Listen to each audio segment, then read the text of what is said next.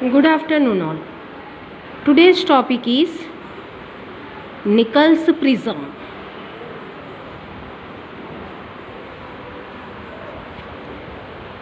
So in our last lecture, in my last video, we discussed about double refraction, right?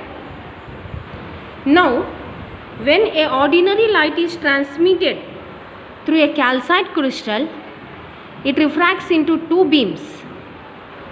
One is ordinary ray, other is extraordinary ray. Now we are getting the two mutually perpendicular beams. So Nichols prism eliminate one of the beam and makes only one beam to pass through it.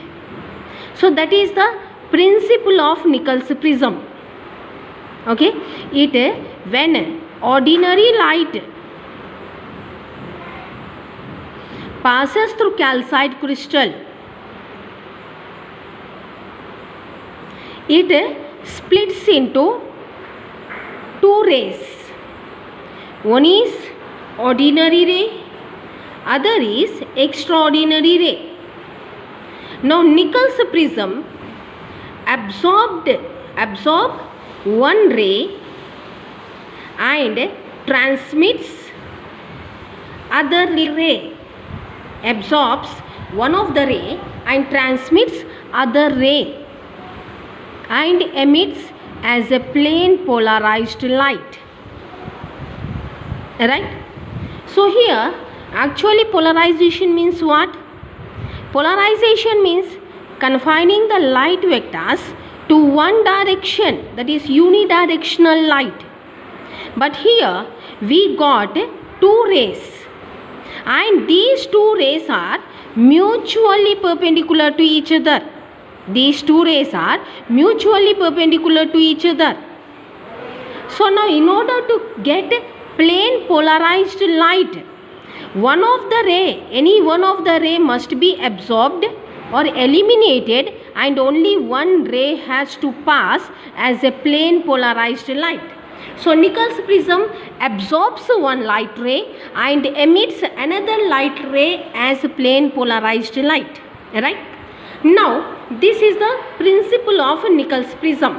Now next let us go for the construction of a Nichols prism, right? So now here in construction we will have a calcite crystal. Okay, we are taking a calcite crystal. Here I will write, we are taking a calcite crystal. Now the length of this crystal is 3 times the width of it. How is the length of the crystal? 3 times the width we taken. Okay. Next what we will do means, the end faces of this crystal are grounded. How they are grounded means, the angles of principal section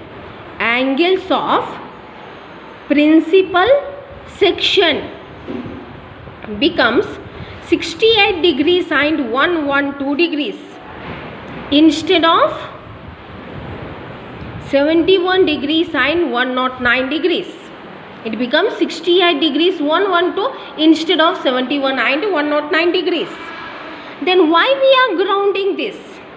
We are grounding this to increase the field of view. To increase the field of view, we are grounding this. Okay. Now next, such crystal is cut into two pieces. Now the crystal which we got, we cut into two pieces. How they are cutted? How we will cut that crystal means, their plane perpendicular to the principal section. Their plane perpendicular to the principal section, as well as let the end faces be PR, QS, as well as end faces PR and QS. How we cut the crystal? Into two pieces such that plane perpendicular to the principal section as well as the end faces PR and QS. Okay. After that, these two cut pieces, we will join these two cut pieces by using Canada balsam. By using Canada balsam. Next, what we will do? We will join these two pieces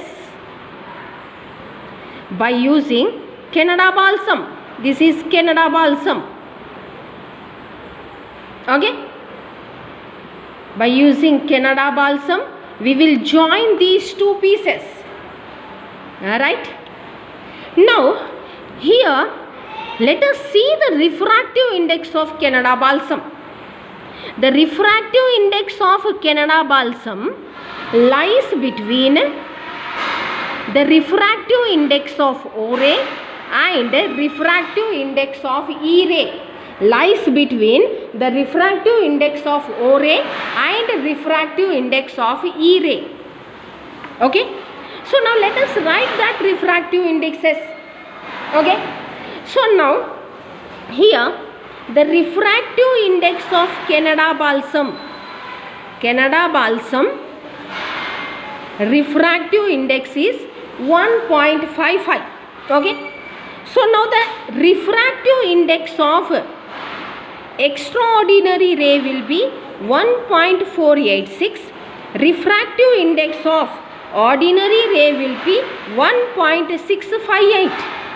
So Canada balsam's refractive index is between the refractive index of ordinary and extraordinary ray. Okay. Now let us see how Canada balsam is acting for ordinary and extraordinary ray. Okay. So first, now Canada balsam, here I am writing Canada balsam refractive index 1.55 and extraordinary ray refractive index 1.486. Okay. So extraordinary ray refractive index 486 and Canada balsam 1.55. Means refractive index of Canada balsam is greater than that of the refractive index of extraordinary ray. Right. So Canada balsam acts as denser medium to extraordinary ray. It acts as denser medium to extraordinary ray. Next, refractive index of ordinary ray is 1.658 and Canada balsam is 1.55. So now Canada balsam, here refractive index of ordinary ray is greater than that of the refractive index of Canada balsam. So now here Canada balsam acts as rarer medium for ordinary ray. Canada balsam acts as rarer medium for ordinary ray. Now, this is the incident light. When it refracts, the plane polarized light splits into two refracted rays. Right? One is ordinary ray, other is extraordinary ray. Let us keep a point some A here. AE extraordinary ray, AO ordinary ray. So first let us talk about ordinary ray. Okay, let us talk about ordinary ray. Now what is happening here? For ordinary ray, Canada balsam is acting as rarer medium because ordinary ray refractive index is more than that of the Canada balsam's refractive index. So ordinary ray becomes denser medium and Canada balsam acts as rarer medium. So now here ordinary ray is traveling from denser to rarer medium, right? It is traveling from denser to rarer medium, and here angles are selected in such a way that angle of incidence will be greater than critical angle. Here the angles, here already I said no, the principal section angle is 68 degrees, 112 degrees. So angles are selected in such a way that angle of incidence for ordinary ray will be greater than critical angle. So what happens when angle of incidence is greater than critical angle? So when angle of incidence is greater than critical angle, the ray without entering into the rarer medium completely reflects back into denser medium. Means total internal reflection has taken place. So without entering into the rarer medium, the total ray reflect back into the denser medium, right? And this reflected ray is absorbed by the lamp black coated inside the tube containing Nichols prism. Okay, this reflected ray is completely absorbed by the lamp black coated inside the tube in which Nichols prism is placed. Now next let us move for extraordinary ray. In such a way, ordinary ray is absorbed by the Nichols prism.